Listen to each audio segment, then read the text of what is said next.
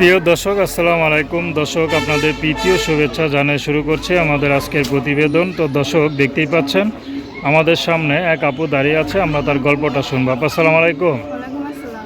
কেমন আছেন? আছি কোনো মতন আছি ভালো। আপনার নাম কি? নাম হচ্ছে কেয়া। খুব সুন্দর নাম। কে আপুর বয়স কত? 18 করছে। 18 পড়ছে। মাশাল্লাহ। বিয়ে শাদী করছেন না করবেন? বিয়ার সাথে করবো বলেই আছে। আচ্ছা, কোনো পছন্দ আছে? পছন্দ পদে বলে না, ভালো একটা মানুষ পেলে পছন্দ অবশ্যই হলে কমন।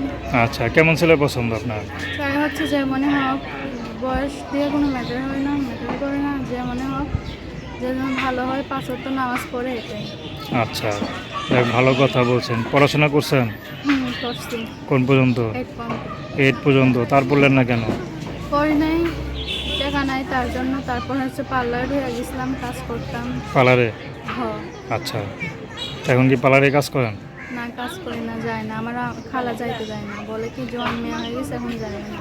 এখন বিয়ে শাদী দিয়ে দিবে? কাশাবর ভালো না, তার জন্য। আচ্ছা, মানে এখন বিয়ে শাদী দিতে পারলে আর কি একটু ভালো হয় নাকি? হ। আচ্ছা, খালা ছাড়া আপনার কেউ নাই? না, খালা ছাড়া কেউ নাই। বাবা মা কোথায়? আম্মু আছে, তার দেশের বাড়ি আছে। আচ্ছা, তো দেশের বাড়ি যান না? দেশের বাড়ি যায় না, দেশের বাড়ি হচ্ছে সিলেট।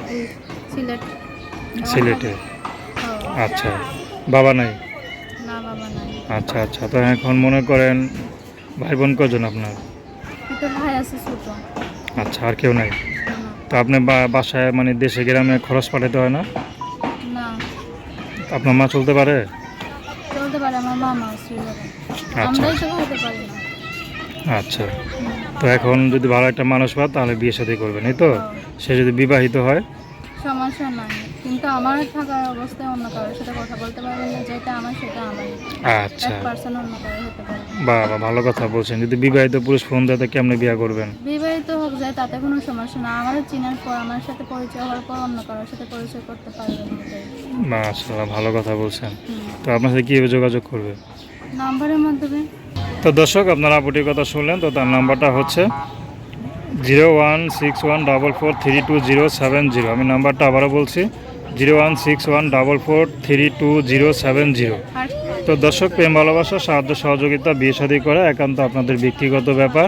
আসুন আমরা 5 ওয়াক্ত নামাজ পড়ি, দেশের সেবা করি। আর কিছু বলবেন? বলবো, কেউ যেমন খারাপ কথা বলে না। আমি নামাজ পড়ি, কোরআন শরীফ পড়ি, এসব খারাপ কথা আমাকে বলেন না। আমার পছন্দ।